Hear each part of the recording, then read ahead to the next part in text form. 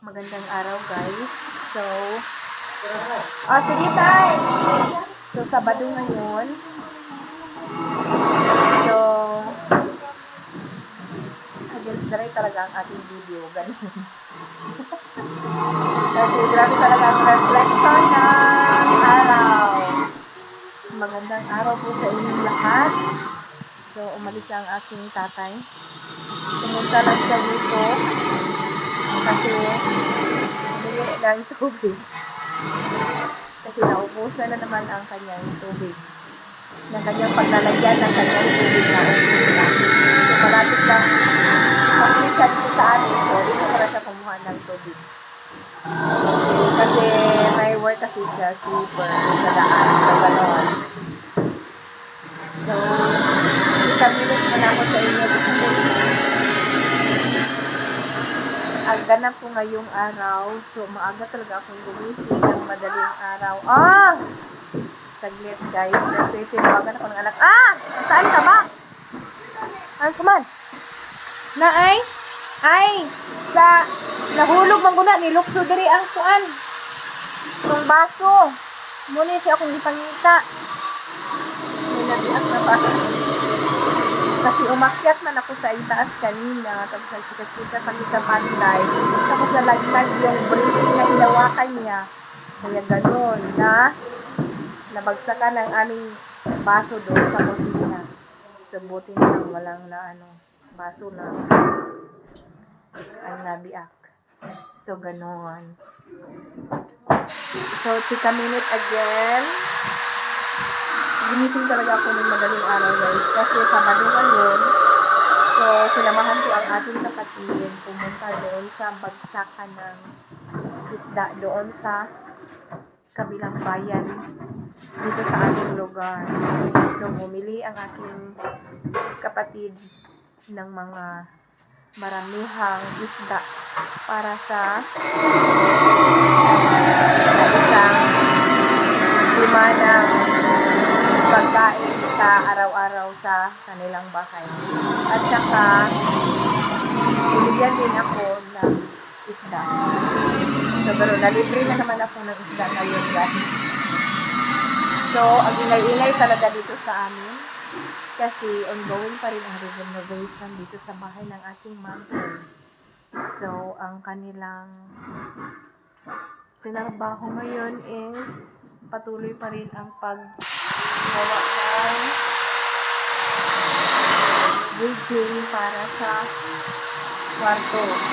So dito, as you can see nyo, so nag-bridging pa rin sila dyan kasi para lagyan niya ng dingding para may boundary doon sa aming kwarto at saka dito sa aming kusina. So ganyan. So hindi mo na ma-renovate ang kusina namin pero nalinisan na namin yung gutter na kapag umuulan ay grabe talaga ang ulit. So kahapon pinalinisan ko na pinaakyat ko doon sa aming bubungan. So pinalinis ko yung gutter. So malinis na siya. Hindi na tutulo yung tubig dito sa loob ng aming kusina. So hindi ko na siya nagigihan kasi nag-busy ako. Ganun. So ganun ang update dito sa kusina. Nalinisan ako yung aming gutter dito. Hopefully pag umuulan, hindi na talaga siya tutulo. Hindi na papasok dito ang tubig sa aming gutter. So, ganun. So, akyat tayo dito. Ay, dito pala sa aming CR. As you can see, dito sa aming CR, guys. Dito. Ayan.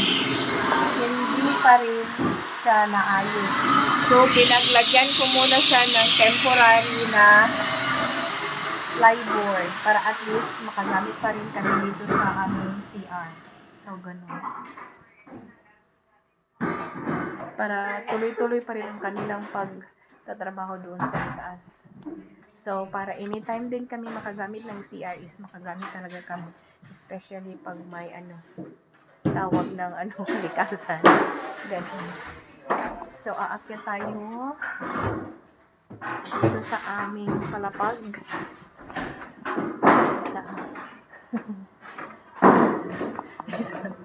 So, patuloy pa rin silang nagtatrabaho dito. So, nasa kalagitnaan na sila ng kanilang paglagay ng bridging dito sa palapag ng bahay para sa kwarto. So, ito yung tatlong kwarto.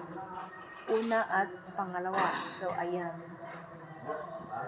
So, ayan. So, hindi pa rin sila tapos sa kanilang pag-bridging. Nasa kalagitnaan na sila ng kanilang pag-bridging para sa kwarto. So, ayan. So, maingay pa rin dito sa paligid ng aming bahay kasi merong naglalaro doon sa gym ng school. Merong nag-training ng basketball. So, ganon.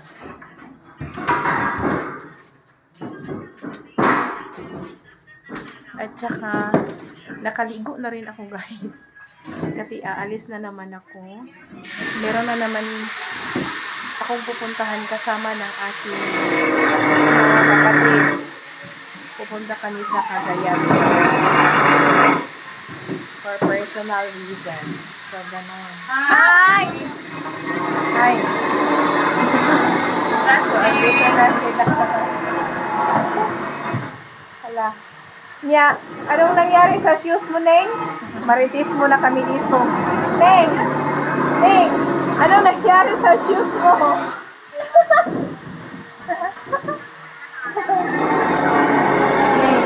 So, ayun, si Shanning, kahapon, sumali siya sa kanyang pageant. Ano, intramurals yun, no? Pero in fairness, first runner-up siya sa kanyang intramurals.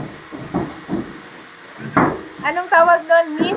Miss and Mr. Intramurals. So, first runner-up siya. Tcharam! Ay!